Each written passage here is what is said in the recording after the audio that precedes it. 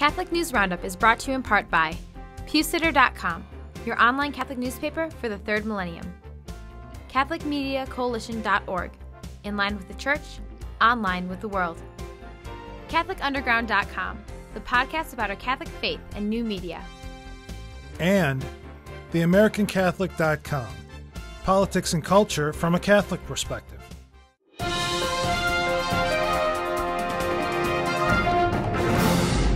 Hello and welcome to today's edition of Catholic News Roundup. I'm Michael Voris. More fallout from the Howell firing.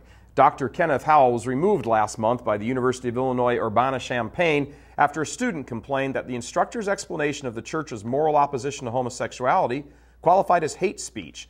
LifeSite News reports, although thousands have come out in support of Howell's reinstatement, a recent Chicago Tribune article questions whether the Catholic Church should have any influence at all on how Catholicism is taught on a secular campus. Faculty and administrators now will review that policy to determine if it violates the separation of church and state or threatens academic integrity. They hope to conclude their investigation before the fall semester begins.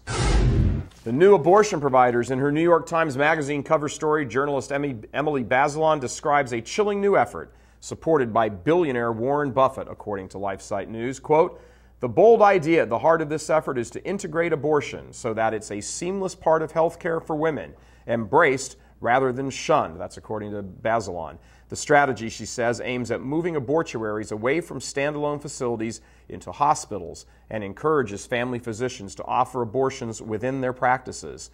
According to the article, the Buffett Foundation's tax records show tens of millions of dollars given to Planned Parenthood, Catholics for Choice, and the Gates Foundation, all infamous for emphasis on population control.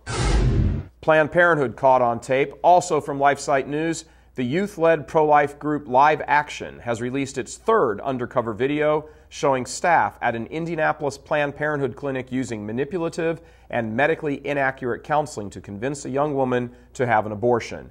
Some of the misinformation includes stating the heartbeat of the baby begins at the 8th or 9th week rather than at the 3rd week, that a fetus is, quote, not like a person, end quote, that an abortion is safer than carrying to term, and that abortion causes no risk to future pregnancies. Indiana informed consent state law requires that women receive accurate medical information before undergoing an abortion. You can watch that video by clicking on the link provided right over here.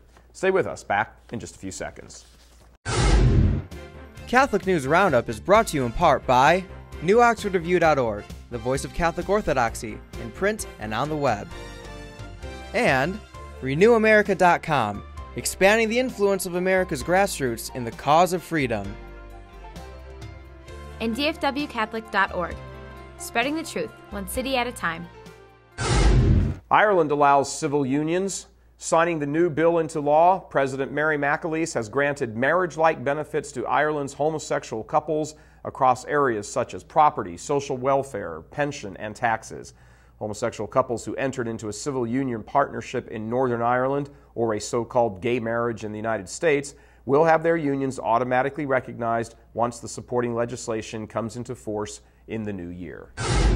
And lastly, Baptists help Catholics. On the marquee of First Baptist Church, where Reverend John Schmidtke is pastor, there is an announcement for a Save the Catholic Parishes of Streator, Illinois meeting.